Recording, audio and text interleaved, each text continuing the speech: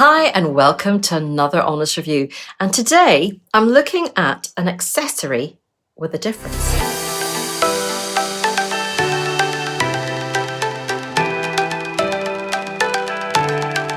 So this is a contactless payment wearable, and it is from a brand called K-Pay, and they sent me this wristband for the purposes of review. There's no payment involved or incentive. This is an independent review of a contactless payment wearable. So this is just one of the accessories in the K-Pay range. They do other wristbands of different styles. They've got kind of more elaborate bracelets. They've got pendants for wearing around your neck, or key fobs or key rings. The idea behind them all is the same. They are designed to offer wearers a safe and quick way of making payments when you're out and about. Each little wearable has a chip inside. It's not battery operated or anything like that. So once you set it up, you're basically good to go. So let me first explain how you set it up, and then you'll get a good idea of how it works. So you get the wearable in a little box, and it comes with the tiniest set of instructions on a card like this, but actually it's all you need. So you start by downloading an app called Ping It, which is operated by Barclays Bank. And once you have the app, each wearable comes with a unique device ID. So you set up your account on Ping It by providing your bank and bank card details. You then input the unique device ID.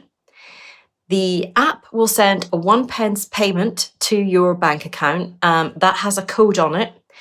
You then put that code into the app and you're good to go. The app is then connected with your wearable. So I would say in total that took me about 10 minutes. So the next bit I thought was a little bit of a negative to begin with, and then I actually had quite quickly a rethink on that, because unlike if you're out and about using a contactless credit card or the iPhone for payment, with the wearable, you have to set up a pot of money in the Ping It app, and you are deducting from that pot every time you use the wearable.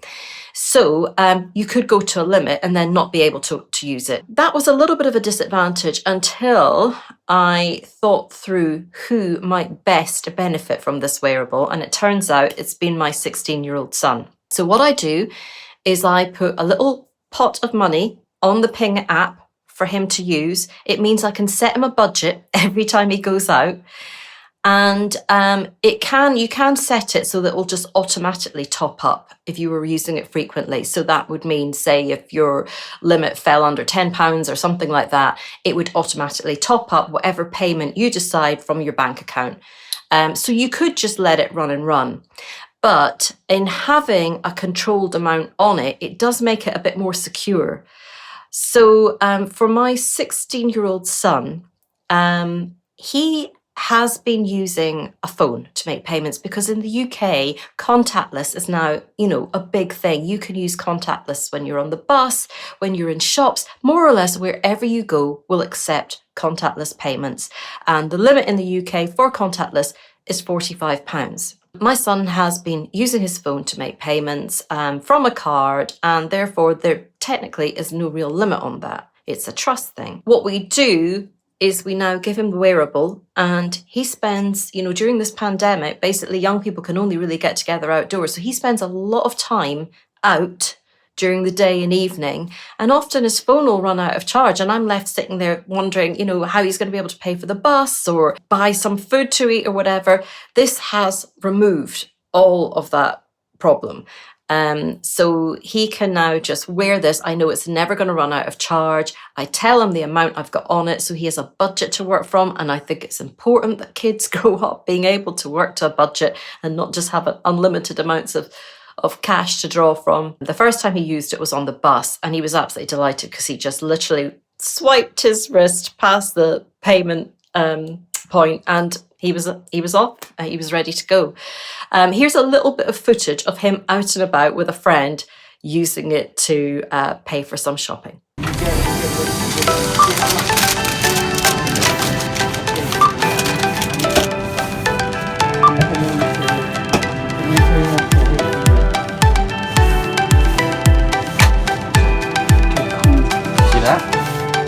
Contactless.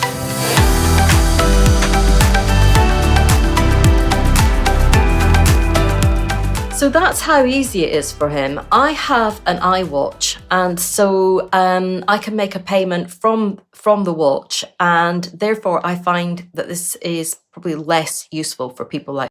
However, I was talking to my mum about it, and she's in her 70s, she uses a stick, and she immediately said, that would be brilliant, because she's somebody who likes to wear a traditional watch.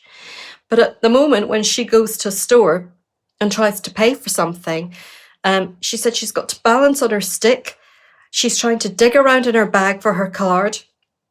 You know, the phone is a little bit much, trying to make a payment from a phone. Whereas if she just had the wristband, she could still stand steady with her stick and just run that past the payment point. So it would be really, really good. There, you know, there's an obvious group of people for whom this would be really beneficial, and that's those who like to wear a traditional watch, but either are on public transport regularly. Say you were on the tube in London, you would just be brushing your wrist past this every morning. No need to get your phone out, you know, show everybody, hey, I've got an iPhone. So I think it's probably a little bit more secure from that point of view. Definitely very quick. You know, those who are regularly exercise and, you know, want to grab a quick cup of coffee or something when they're out for a jog, all these things make it really beneficial. So a couple of little extra points. I've mentioned before that it doesn't need charging, which is a real plus. But it also, for those concerned about this kind of thing, doesn't emit any kind of waves. It's just a chip.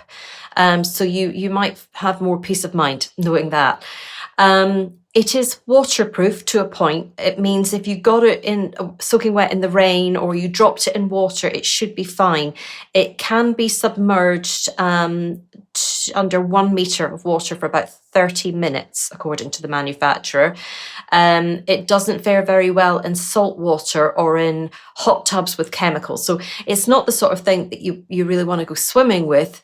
But, you know, you're safe in the knowledge that if you have an accident with it or if it gets wet for whatever reason, it should be fine. Either way, it's guaranteed for 12 months. And the device itself should last for a minimum of 2 years. So you should get quite a bit of wear from it.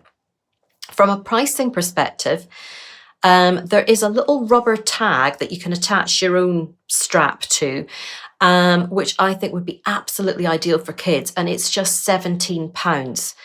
So it means it's something that you could send them to school with in the morning and know that they're not going to lose it because it's actually attached to their wrist. So absolutely ideal for kids.